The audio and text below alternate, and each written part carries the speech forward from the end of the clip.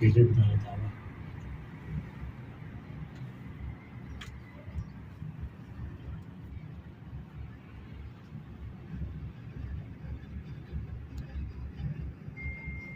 Sen nasıl iyisin inşallah? Ha, Karadeniz fırındayım abi. Evet. Bize de çalışmayın.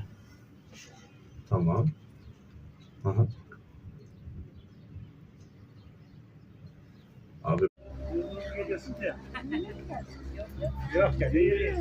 Aşağı bakalım. Fabrikadan satış var. Hoş geldin.